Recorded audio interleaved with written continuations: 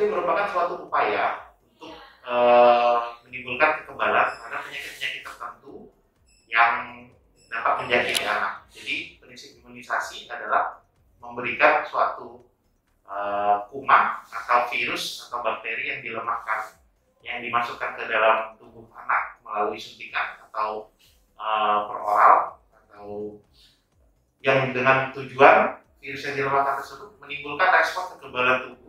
Imunisasi ini dimulai dari saat lahir ya hingga usia 18 tahun kalau untuk anak-anak. Ya sebenarnya vaksinasi itu seperti yang kita kenal awal-awalnya kan hanya vaksinasi dari umur dari lahir sampai usia 18 bulan. Sebenarnya ada booster tertentu atau vaksinasi tambahan yang bisa diberikan sampai usia 18 tahun. Karena masa pandemi ini merupakan masa yang rawan untuk melakukan vaksinasi, maka kita sendiri di RSIA Prima Konita sudah berupaya semaksimal mungkin agar ada kenyamanan tersendiri untuk melakukan vaksinasi. Jadi apabila datang ke poli, kita sudah sediakan untuk cuci tangan, kemudian untuk pasien maupun keluarga pasien sudah kita himbau untuk menggunakan masker dan juga untuk pengaturan tempat duduk untuk yang berjarak agar tidak menambah penyebaran COVID sendiri.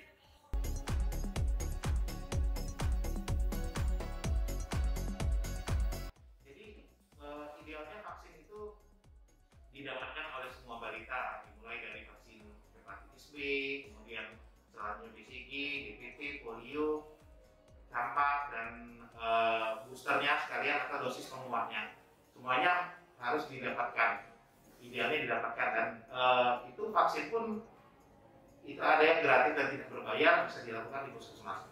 Nah, apabila ada yang vaksin terlewatkan, tentunya yang pertama efeknya bayi atau balita tersebut tidak memiliki kekebalan terhadap penyakit di mana yang vaksin terlewatkan tadi. Misalnya terlewatkan vaksin BCG, berarti dia tidak memiliki kekebalan terhadap kuman atau bakteri TBC.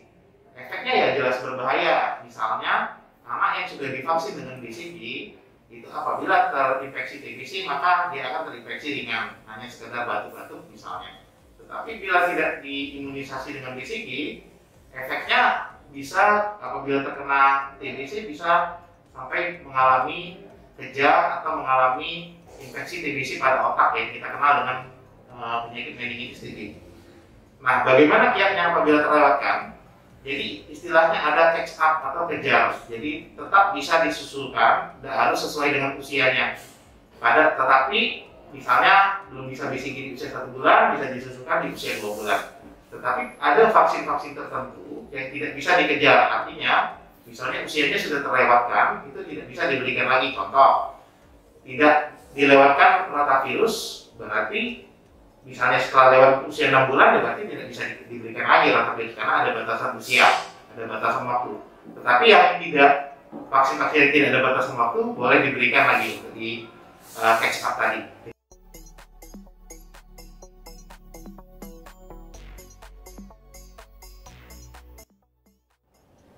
Ya sebenarnya vaksinasi itu sebaiknya berurutan. Nah sekarang saya tanya balik nih, bisa tidak berurutan itu bagaimana? Apakah ada kesalahan dari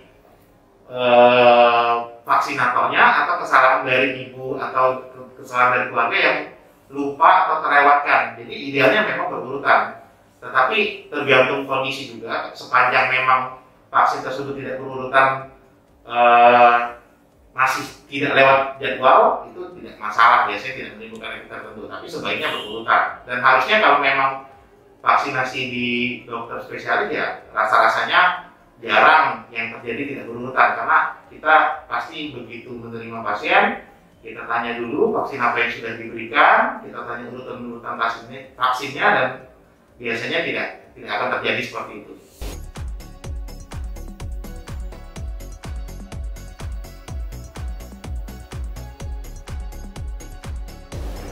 Sebenarnya gini, kalau vaksin apa saja yang boleh dikejar, ya semuanya bisa dikejar.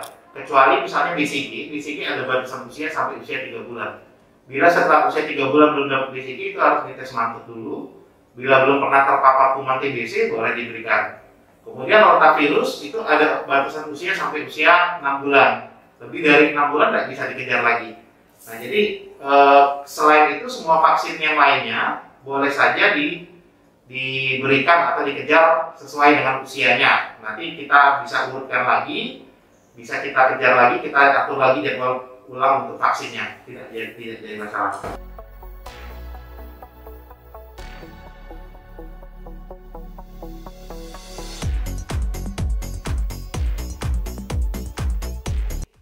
Namanya memasukkan antigen atau virus atau bakteri yang dilemahkan tentu ada efek samping, tapi efek samping ini sebenarnya sangat minimal.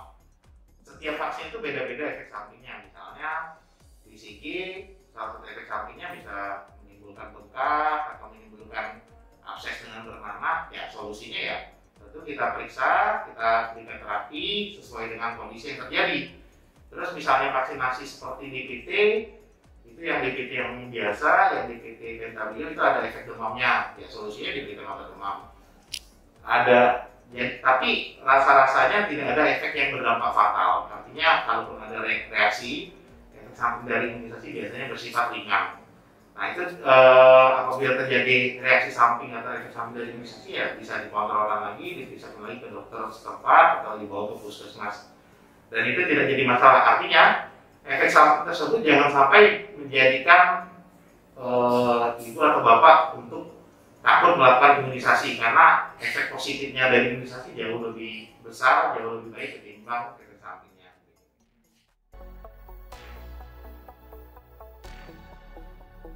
Sebenarnya vaksin COVID itu ada beberapa macam ya, seperti Moderna, Pfizer, Sinovac dan lainnya. Kenapa belum bisa diberikan pada anak? Sebenarnya lebih ke arah memang belum ada penelitian pemberian vaksin pada anak. Nah sekarang saat ini sedang dilakukan penelitian pada anak usia 3-12 tahun itu dengan menggunakan Pfizer. Nah itu kita tunggu dulu hasil penelitiannya. Jika hasil penelitiannya vaksinasi tersebut menimbulkan kekebalan, kemudian tidak ada efek samping yang berarti, tidak ada reaksi samping, dan juga dinyatakan aman, ya mungkin bisa diberikan. Sejauh ini memang penelitiannya belum selesai, itu aja alasannya. Karena sebenarnya vaksin yang diberikan pada anak dan dewasa itu pada vaksin COVID jenisnya ya sama aja dan dosisnya juga sama.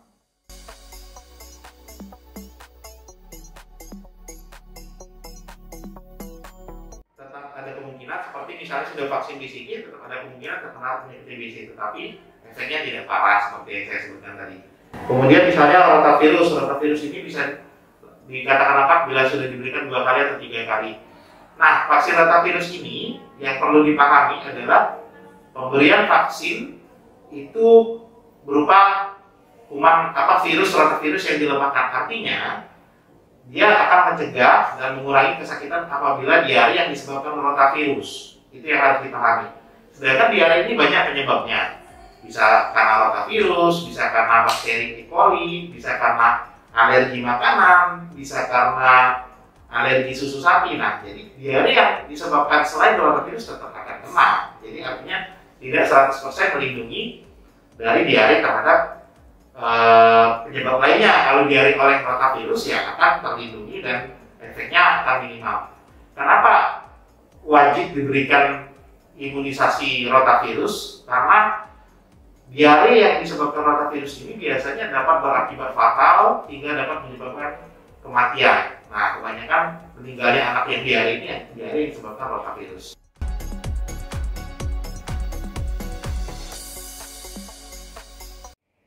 Tiap vaksin itu memiliki efikasi berbeda-beda. Efikasi itu artinya kekebalan terhadap penyakit yang ditimbulkan oleh vaksin tersebut. Nah, tiap vaksin itu beda-beda, tetapi tidak ada angka yang pasti. Tetapi dengan pemberian vaksin ya bisa paling tidak 70-80% terlindungi dari penyakit tersebut. Tapi satu hal lagi, kita membutuhkan herd immunity. Dalam artian kita memerlukan untuk kekebalan tersebut memerlukan paling tidak 70-80% anak itu divaksinasi, baru akan timbul kekebalan kelompok atau kekebalan komunitas. Jadi misalnya dalam satu populasi yang imunisasi cuma 10%, nah itu tetap resiko untuk terkena penyakit jadi tinggi juga. Makanya pemerintah maupun tenaga kesehatan berupaya semaksimal mungkin cakupan imunisasi itu kalau bisa di atas 90%, sehingga peluang untuk kekebalan terhadap penyakit itu akan lebih tinggi apabila cakupan imunisasi tersebut lebih tinggi. Demikian.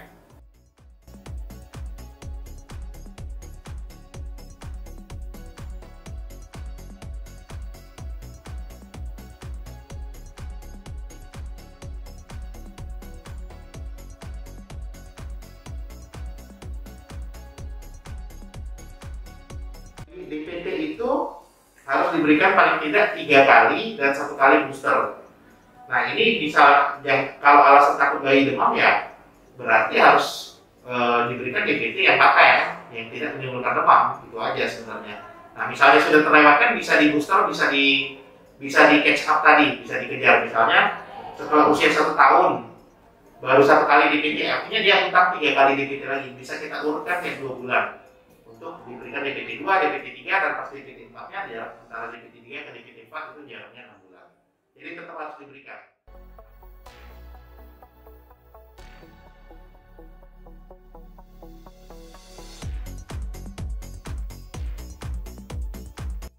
Jaga kekebalan tubuh pada anak ya, pertama ya vaksin lengkap sesuai dengan usia, sesuai dengan jenisnya, kemudian makan makanan yang bergizi, nutrisi yang cukup. Ya dapat juga diberikan vitamin-vitamin yang stimulasi kekebalan tubuh. Ya satu lagi tetap protokol kesehatan tadi, cuci tangan, menggunakan masker, jaga jarak. Jika tidak tidak hal-hal penting sekali, lebih baik anak tidak usah diajak bermain keluar rumah seperti itu. Jadi vaksinasi ini sangat penting untuk didapatkan bayi dan anak-anak sesuai dengan usia, sesuai dengan jenis vaksinnya.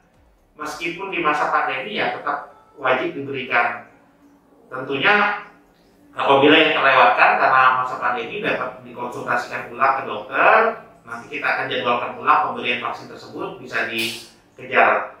Kemudian permasalahan pandemi ini juga kita kalau di RSI Prima Konita sudah menerapkan protokol kesehatan untuk pemberian vaksin dengan penjadwalan khusus, kemudian adanya sarana untuk cuci tangan, dan semua pasien maupun keluarga pasien diwajibkan dengan menggunakan masker. Yang mudah-mudahan hal itu dapat mencegah penyebaran COVID. Jadi tidak perlu takut untuk dibawa vaksin imunisasi kalau untuk di RSIA. Kemudian misalnya ke puskesmas, tentunya dari puskesmasnya harus dilakukan protokol kesehatan untuk diberikan vaksinasi dengan disediakan sarana cuci tangan. Mungkin untuk duduk antrian lebih baik di luar ruangan sehingga tidak menghambat penyebaran virus di ruang terbuka. Kemudian setiap pengantar wajib menggunakan masker dan juga dibuat antrian khusus untuk vaksin tidak bercampur dengan pasien lain. Tapi tentunya itu pelaksanaan vaksinasi di puskesmas ya wewenangnya dari dinas kesehatan setempat maupun dari puskesmas setempat. Jadi sepanjang menggunakan protokol kesehatan, ibu-ibu dan bapak-bapak tidak perlu takut untuk membawa anak vaksin ke sarana kesehatan. Demikian.